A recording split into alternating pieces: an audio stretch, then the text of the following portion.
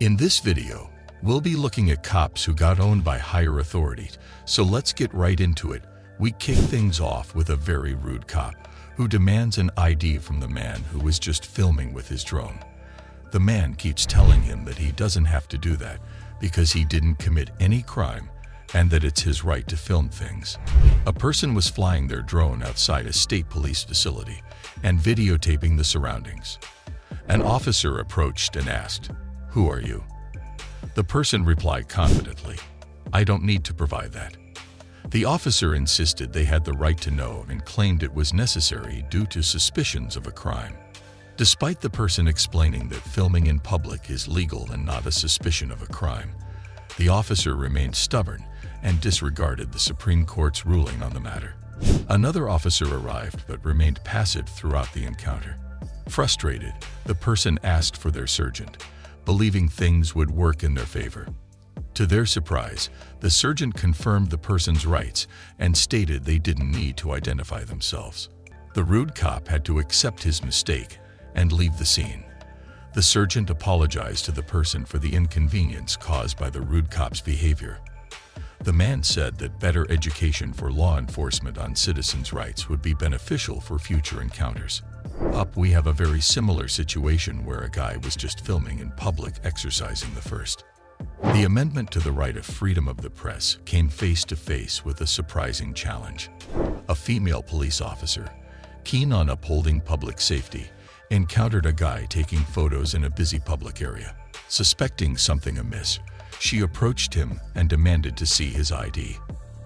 The guy, feeling his rights were being violated, refused and questioned the officer's actions. The situation escalated as he defended himself, explaining that he was just capturing the moment and wore a ski mask for protection against the wind while riding his bike. The verbal exchange continued, with both parties standing firm on their positions.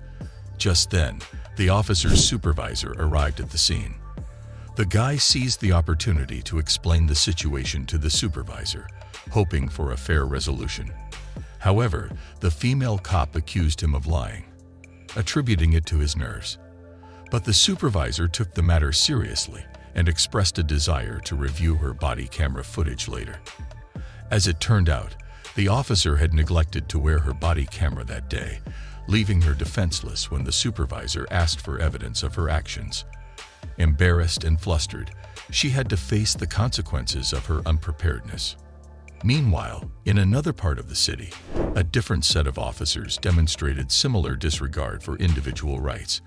They encountered a citizen recording a scene on his phone and reacted aggressively, confiscating his phone and placing him in cuffs without proper cause.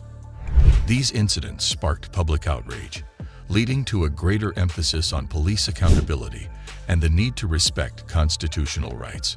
The incidents became a turning point in the city's law enforcement policies, urging for better training and awareness of citizens' rights.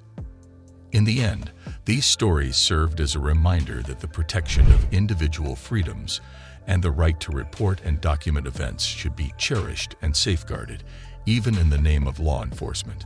The incidents also highlighted the importance of transparency and accountability within the police force to maintain a just and fair society for everyone. Next up, we have these cops who took this guy's phone and placed him in cuffs just for filming. In this incident, a person found themselves in a police department parking lot when they were confronted by one of the officers. The person questioned the officer's authority. Am I interfering? Well, technically now you're starting to pose into somebody else's private property with your videoing. Yes, sir. Hey, did they give you permission to film inside their truck? I don't need permission out in public. Expressing doubt about the police department's claim of being private property. However, the officer brushed off the inquiry and demanded the person's identification without addressing their concerns. To add to the troubling situation, another officer decided to take matters into their own hands and unlawfully turned off the person's phone. This act directly violated the person's First Amendment rights, as it hindered their ability to document the encounter and communicate freely. Despite the person's objections and insistence on their rights, the officer continued to threaten them with arrest for failing to provide identification.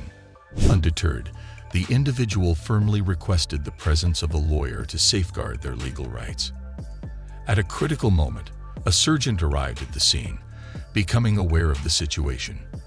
The sergeant engaged in a conversation with the initial officer, and though the exact details were not discernible, it became evident that the sergeant disagreed with the handling of the situation. Finally, the officer was overruled by their own superior, as the sergeant instructed that the person was free to go. It seemed the initial officer had been corrected by their superior's intervention. Understandably, the person was left feeling angry and frustrated by the incidents unfolding.